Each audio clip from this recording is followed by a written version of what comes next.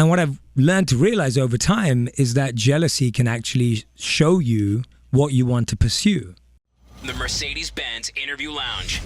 So Jay Shetty is here. We've been so excited about you coming in to see us.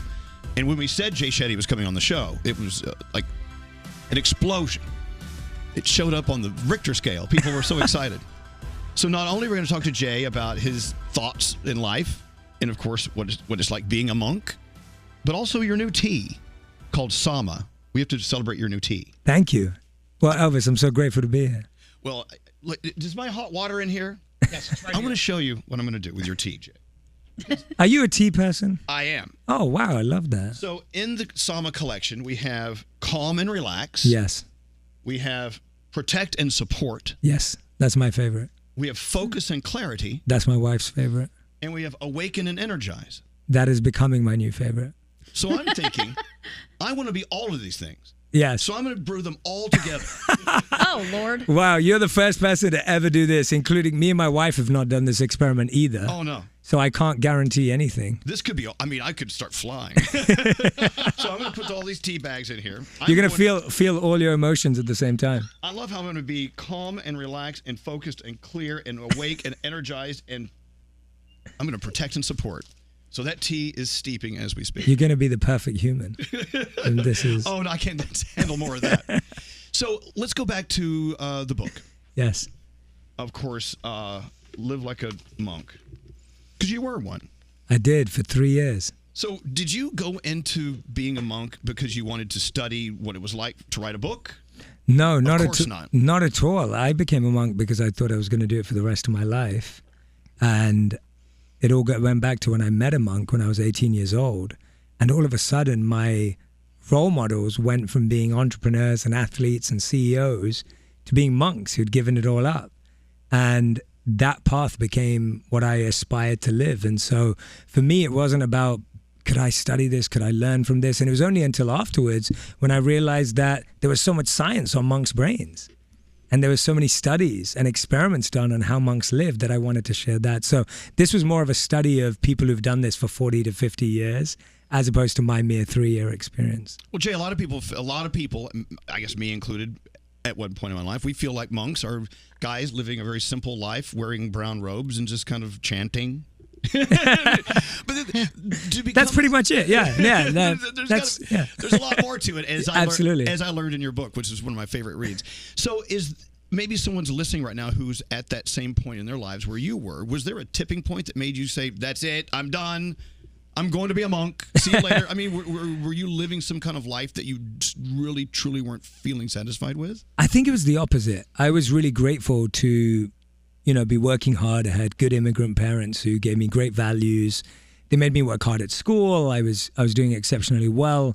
And for me, it was the opposite. I realized that when I was 18 years old, I'd met people who were rich, and I'd met people who were famous, and I'd met people who were attractive and beautiful and strong and powerful. But I don't think I'd met anyone who was truly happy.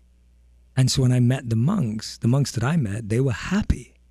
And I thought to myself, I want that. And so it wasn't about a discontent that I had. It was about a contentment that I saw in them that attracted me towards them. Wow. And I always think that that's a healthy choice in life. If we only make choices because we don't like where we are, we may not make good choices. But if we make a choice based on we really like something else or something attracts us to it, it's possibly a better choice. So for me, it was far more being completely in admiration and awe of them than it was a dissatisfaction of my own. In reading this book, by the way, you learn so much about monks. And then you figure out, maybe I can, because of Jay's experience, I can live this great life without having to live amongst the monks. Yeah. Yes, absolutely. That was one of the titles we played around with. Amongst the monks, yeah. Amongst friends. Well, I'm kind of glad you didn't use that. Yeah. I don't know. Gandhi and I were like buzzing about you and your arrival today. And Gandhi has, God, what did you see that Jay said recently that made you really stand up and go, wait a minute? so many things, but he kind of just touched on it. So I wanted him to explain it because he's going to do a much better job than I tried to. He said he was around all kinds of people and witnessed all kinds of power and beauty and all that, but you saw happiness in monks. And instead of being jealous, you went out and figured out how to get that. So what I recently watched from you was a conversation between you and a woman named Mel Robbins, Yes. where you were talking about how jealousy is actually a good thing. Can you explain that? Yeah, so we were talking about, and Mel Robbins is awesome. Her new book's out right now called The High Five Habit. But what was really interesting about that conversation is we always look at jealousy as a negative thing. If we see a jealous person, we say, oh, they're toxic, stay away from them, that's negative behavior, maybe it's gossip-based. And what I've learned to realize over time is that jealousy can actually show you what you want to pursue. But at the same time, that only works by limiting your options. So you could also just be jealous of everyone because you want to be everything. But if you actually discover your strengths and your skills, you start to realize that that's reachable. I can do that. And so when you find yourself being jealous or envious of someone, use that as an indicator, as a signal of, is that something I really want? Or is that something that's just attractive? Because it can just be a shiny object too. But I think it can be a nudge in the right direction. You see, I'm finding this difficult because I'm jealous of your hair. have you seen, not to be shallow, but It took a long time to grow back, Elvis. It is so, thick and yeah. luscious. as a monk, I mean, you shaved all that beautiful hair off. And I'm sitting here thinking, I can achieve that hair. And the answer is, no, I really can't. Well, in my book, I talk a lot about just how I truly believe that everyone in the world has their own unique genius and potential. You have your own unique hair, Elvis. That is perfect, Well, just the way not it is. back here, I But everyone has Oh everyone has a unique potential. Everyone has a unique strength. And there's a beautiful statement by Albert Einstein where he said that everyone's a genius, but if you judge a fish by its ability to climb a tree, it will spend its whole life believing that it's stupid. And I really believe that we're birds trying to be lions, we're lions trying to be trees, we're trees trying to be, we're always trying to be someone else. And in that pursuit of becoming someone else, we lose who we really are. And if we were able to just look back and go, well, what is my strength? What skill do I have? Well, what is it that I've experienced that may help someone else? That is what you were meant to do, rather than this aimless pursuit of trying to imitate someone else. Living your genuine self. Absolutely. By the way, I keep saying live like a monk. It's Think Like a Monk is the name of the book. Yes. Hold on a second. I got a phone call here from Jennifer. Oh. Hello, Jennifer. Say good morning to Jay Shetty. Good morning, Jay. Good morning, everyone. Good morning, show. Hey, Jennifer. Hey. Well, I'm a 3-time cancer survivor and a mom, a full-time working, and I follow you on Instagram.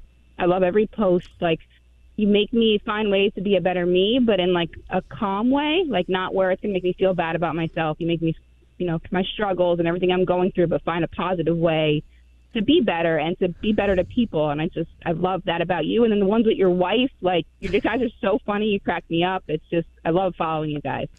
Oh, Jennifer, that melts my heart. Thank you so much. I really appreciate that, but I'm really inspired by your journey. I mean, when you said 3-time cancer survivor, I'm completely humbled and blown away by that. That sounds like a journey that we could all be inspired by and learn from your resilience. So thank you so much. No, thank you. When you follow Jay, I know you actually have a production team that produces these vignettes. I mean, they're actually actors acting out life situations. Yes. And there was a great one yesterday. I want to get to that in a second. But you know what I want to do, Jennifer? They don't know this, but they're going to send you some Sama tea. I love that. That's beautiful. That's a great idea. Surprise! Surprise! They're all looking at me like, are we really? Yes, you are. You're going to enjoy every moment of it. I love that. You have to try this because as I'm sitting here, I'm becoming protective and supporting and focusing, and I've got clarity, calm, and relaxed, and awake and energized. I mean, drinking all the teas at the same time. But I'll have to try that. Thanks for listening to us every day, Jennifer. Thank you. Love you guys. Thanks, Jennifer. Don't leave. We're going to get you a dress. Send her cash, too, whatever you have. Okay. All right. Okay. We'll figure it out. Okay, Elvis. Here's a new Mercedes. Yeah. Give her a Mercedes. You get a car, yeah. The vignette I saw was this couple living kind of a fun-looking life, but she wasn't really into him. Mm-hmm. She decided to break up with him. went on her merry way. Then she got out there and decided that was a mistake. I should have stayed with him because relationships aren't always at 100% yay. So she goes to, this is the part that made me so uncomfortable.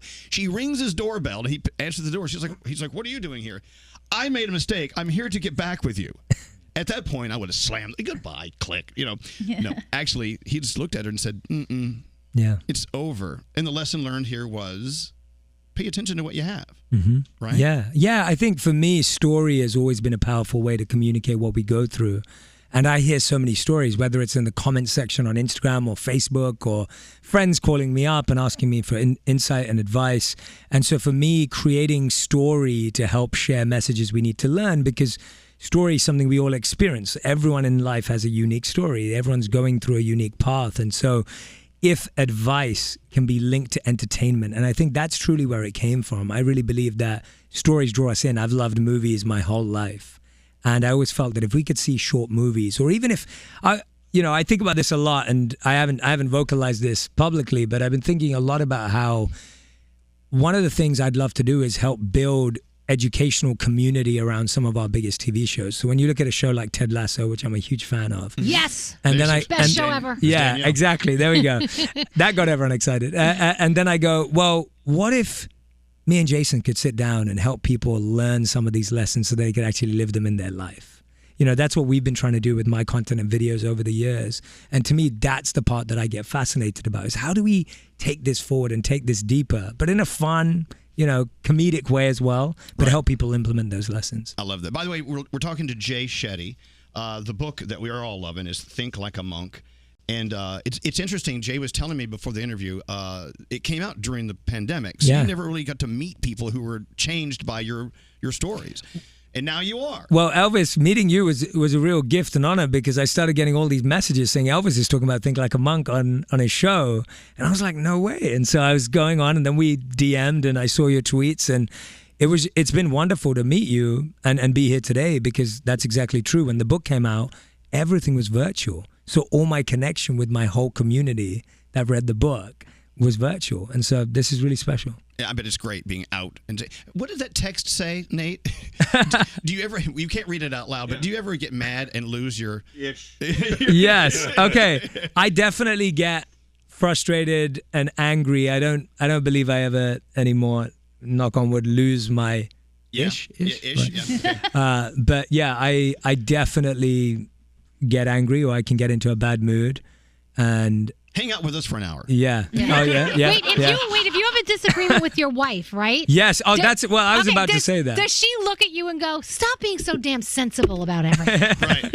Right. My wife will say that she does get really annoyed at how I deal with conflict, because I'll be really calm and quiet, and she'll be like, "Fight with me, come on, like come on, put up a fight." And I'm like, nah. So no, I definitely get angry. Everyone does. I have days where I wake up and I don't feel motivated. I don't feel inspired.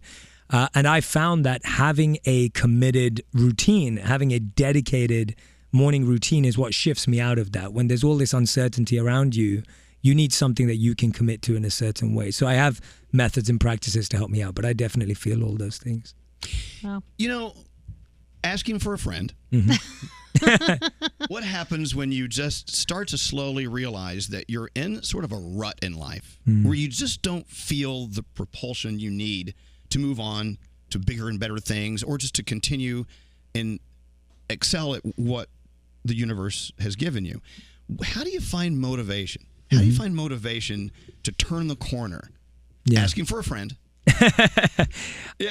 And to treat yourself the way you deserve to be treated as far as succeeding in life. Yeah. The reason we ever feel stuck is that we get into our comfort zone.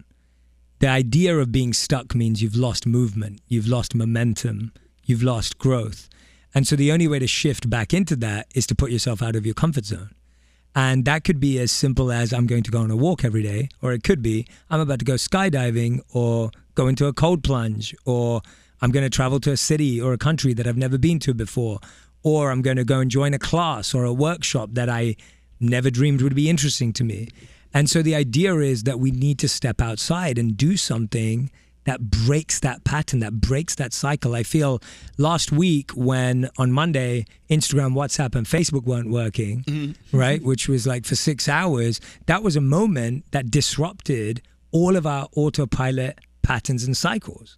And when something like that happens, it's a forced reset. It gets us to rethink. We're like, oh gosh, what do I do now, right? I went onto Facebook. Oh no, let's try WhatsApp. Oh no, let's try Instagram. They're all down. That gives you an opportunity to say, well, let me discover something new. And so we've got to put ourselves in that position, because if we're always waiting for an external forced reset, you may have, that only happens once a year where Instagram, Facebook, and WhatsApp go down. So you want to do that to yourself. Right. It was our local Instagram addict, Scary. How did you reset?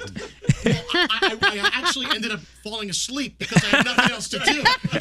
I got so nervous. He was so sad. I mean, there was still YouTube, Pinterest, TikTok. I know, but I was just like, I felt lost. I felt like my friend was gone forever. I didn't know what to do with myself. Wow.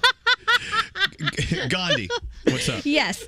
All right. So resetting ourselves and taking that first step, it obviously takes a little bit of effort and energy, and sometimes we're too lazy to do that. So don't kill me for saying this, but I saw a video from you that said, do this and you will never be lazy again. But the video was like 13 minutes, so I was too lazy to click it. So what is the secret?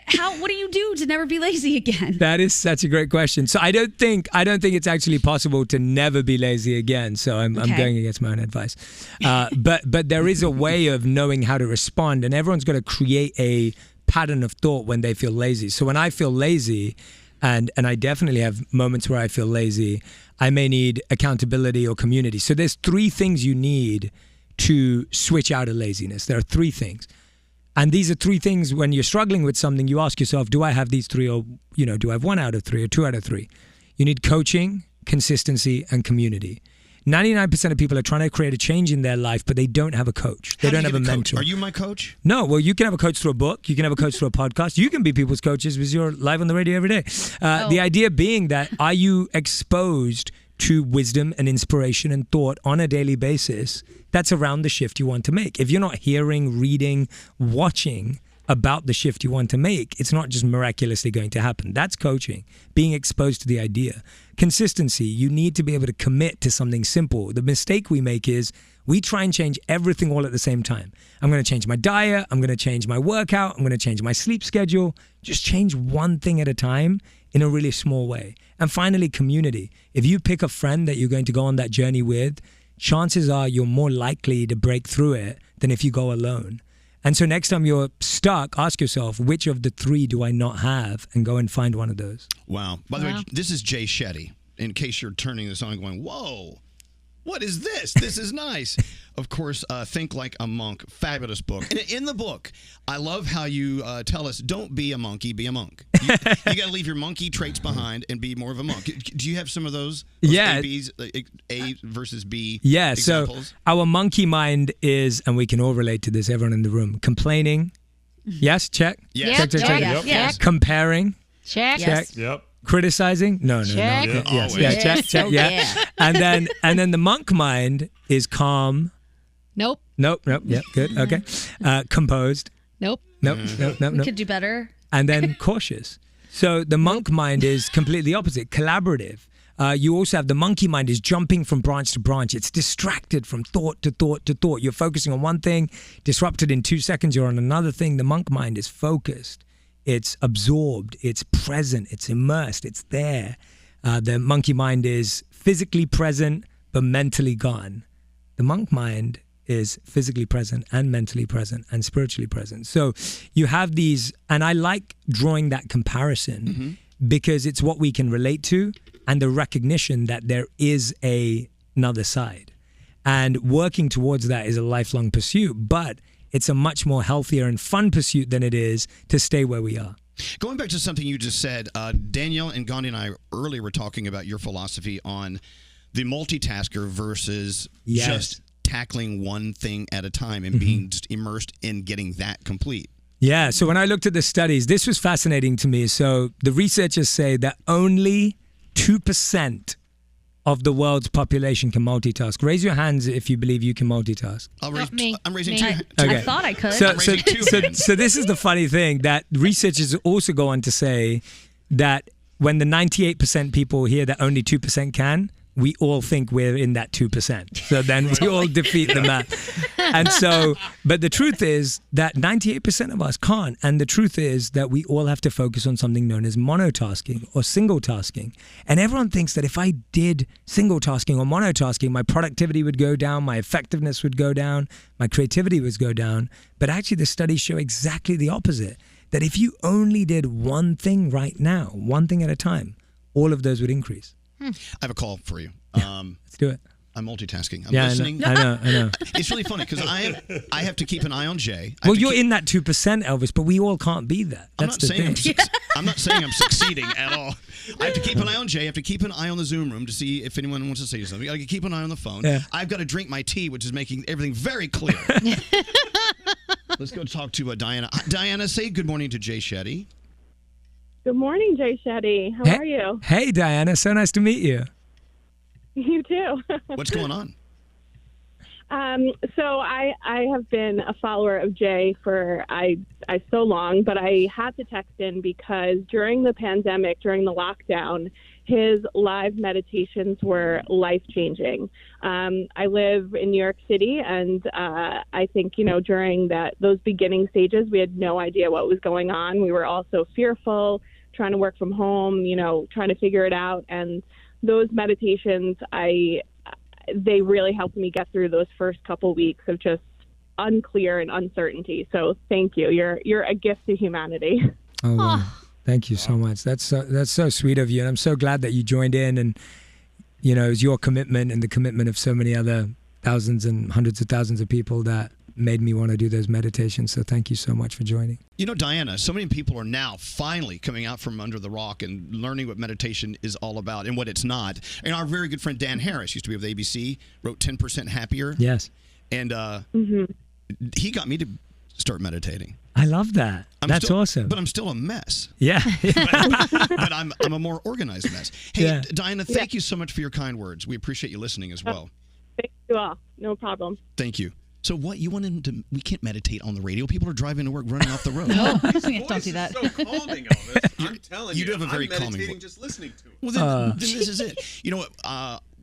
It was not long ago we had a guest in here, and she's like, how do you settle down sometimes? And I said, like this. Just silence.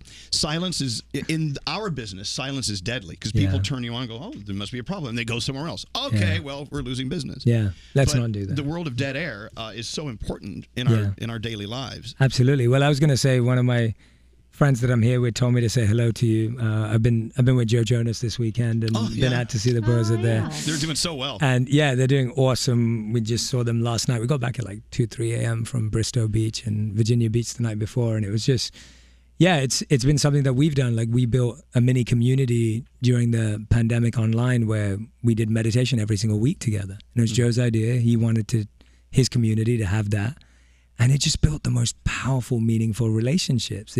We were talking for 75 weeks, weekly, on a Zoom. It's been 75 weeks right now that we haven't missed a week.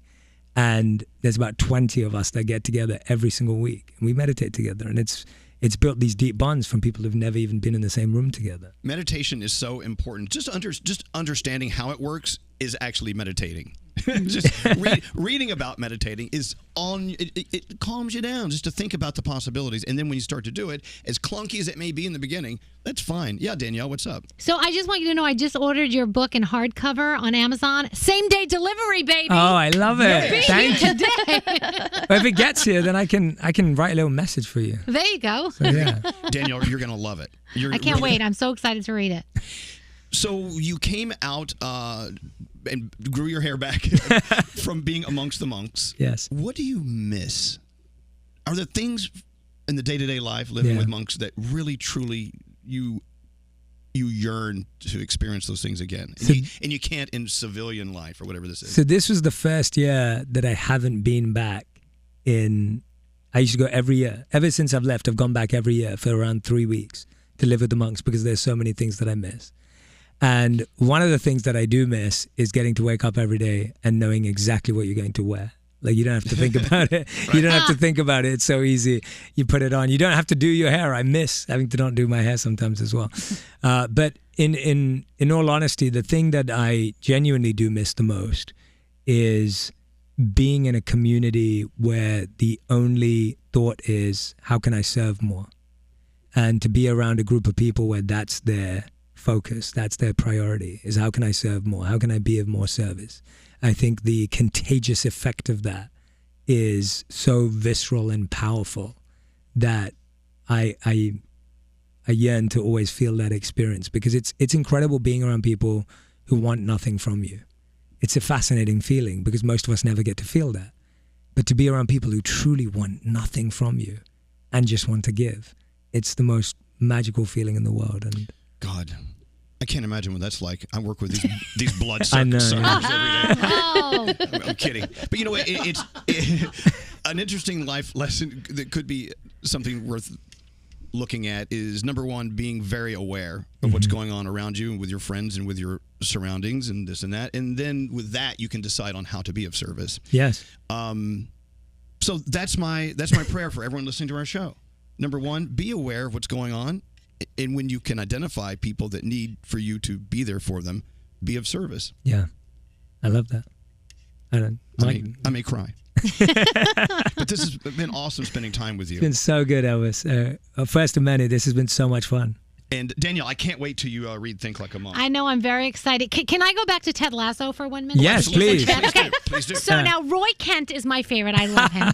But what advice would you give him? Because he's always so grouchy. Yeah, so anyone who loves Roy Kent, I want you to go on YouTube and type in Roy Keane. Roy Keane is a Manchester United legend, and I genuinely believe the character is based on him. Sounds like it could be. Yeah. Right. So go check him out if you're not aware. I'm a massive soccer and football fan. But for me, the biggest advice for him would be is he just needs a bit more love. He just needs a few more hugs. You know, a lot of people that we feel have this really tough exterior, it's just been a defense and protective mechanism through so much pain, through so many negative experiences. And, I just really feel that a bit more love in the world is what they need. Often with people like that, we get frustrated and we're like, why are you reacting like this? Why are you responding like that? And to be honest, it's just everyone needs a little bit more love. So I would just give him more hugs, really. What about you, Gandhi? Do you have any thoughts before we kick Jay Shetty out of here? I just want him to be my friend, like in real life, every day, a life coach. I mean, I have been watching your videos for a long time, reading all of your advice for a long time, and I just think you're wonderful. And more people need a little bit of you, so don't stop. Oh, thank you. That means the world to me. We are friends now, so I really appreciate that. Thank you. So I'm drinking my Sama tea. I'm drinking all 4 of them. The awaken and energize, the calm and relax, the focus and clarity, and the protect and support.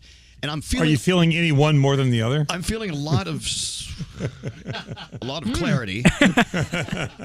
What made you decide to share your tea philosophy with people? Yeah, my biggest inspiration was actually one of my earliest memories with my mom. So, my mom and dad were immigrant parents. They were working hard. They both had jobs. They were both busy throughout the day. But when my mom would come and pick me up from school before dinner, we'd go home and we'd have a cup of tea together. Mm-hmm. And that was a time when she'd sit me down and she'd say, "How was your day? And, how did it go? And what did you learn?"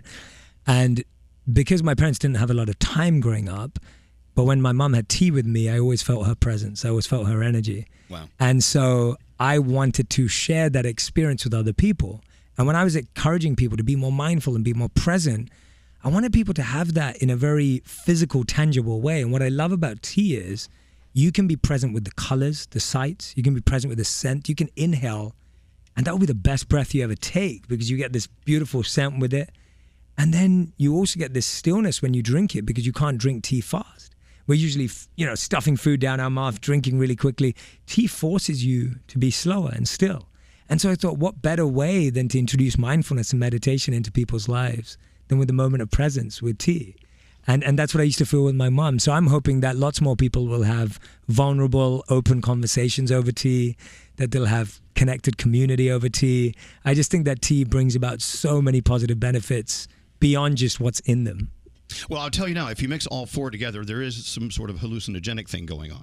I mean, Jay's face is melting right in front of me. It's the strangest thing. No, it's delicious. How do I order this? Where do I go? You can go to samatea.com to become a part of our membership, and every single month you'll receive mine and Riley's favorite blends. We have some holiday blends coming up as well, and it's been really exciting putting it together with my wife. It's the first time we've done something together. Right. And it's just been so much fun because she's got this incredible brain. She's got all this talent around herbs and, plant medicine, what's good for your body and how you can feel better. And then I'm coming at it from the mindfulness space and the meditation space. So together, hopefully it's going to be good for your body and mind. Well, I'll tell you what we're going to do. Go to samatea.com. That's SAMAT.com. And if you use the promo code Elvis, you get 10% off. I love that. Another surprise. By the way, you didn't know we're going to take money away from your bottom line. So it's samatea.com and use the code Elvis for 10% off. And you too can feel like a superstar, like I'm feeling right now. Jay, it's just an honor to have you here. Thank you. Thank you so much. And Gandhi and Danielle are so happy that you're now their best friend. Very much so. Absolutely. But thank you for coming. You always have a seat at our table. Again, the name of the book is Think Like a Monk. You got to get it. And of course, samatea.com. Use the code Elvis for 10% off your tea. Jay Shetty, thank you for your time today. Thank you so much. This is a pleasure. I'm so grateful. And thank you to everyone. Gandhi, Danielle, such a pleasure meeting you as well. And Froggy, is that right? Yeah, Froggy's there too. Yes. Nice to meet you too. Yeah, nice to meet you. All right, we're taking a break. We'll be back after this. The Mercedes-Benz Interview Lounge.